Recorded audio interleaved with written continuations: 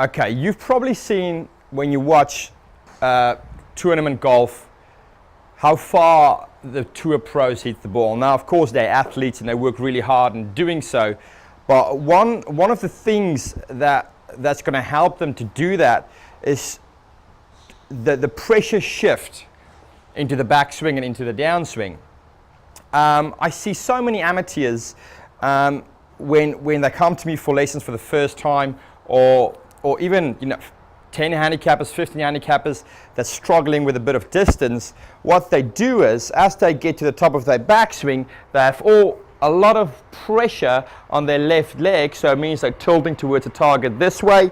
Or what they do is they swing the club, but they literally just swing it with their upper body and hands and arms. Okay, so the pressure is very even here. They're not actually using their lower half of their bodies as they should.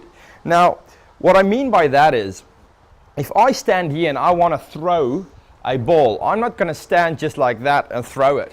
If I really want to get some distance and on this ball I'm throwing, I'm probably going to load up on my right side and then release and throw the golf ball. Okay, and that loading or coiling up when you do your backswing is one of the factors that builds up the energy and it's give a bit more explosiveness. Now, when I do my setup here, of course your weight's probably going to be even. Even again, it all depends what you're working on, but I'm talking purely on achieving a bit more distance and a bit more energy when you do your backswing. When I do my setup here and I go into my backswing, you want to feel like, or imagine you have a sponge underneath your right foot.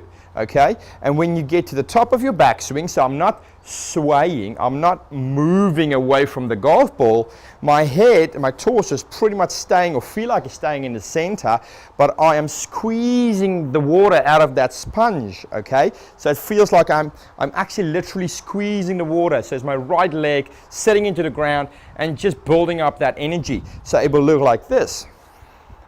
Okay, so now from here, I'm nicely coiled up. I can feel it in my glutes. I can feel it in my right leg. Now I'm using the ground and I'm using the lower half of my body.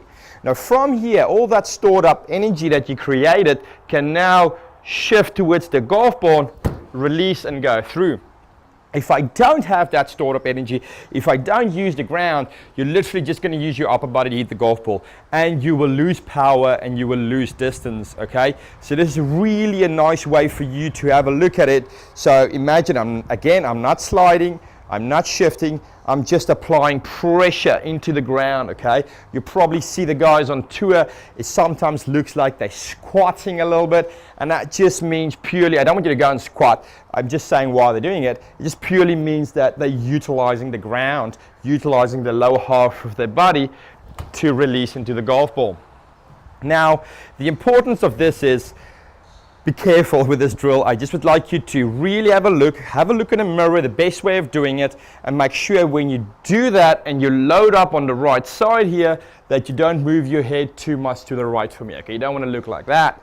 You're just going to rotate, apply pressure on the right, and from there, we're going to swing through. Now, I'll demonstrate one for you without loading up and one with loading up. Okay, so here we go. This one is without loading up. And I'm going to try and get one where I really use the ground in my lower half of my body.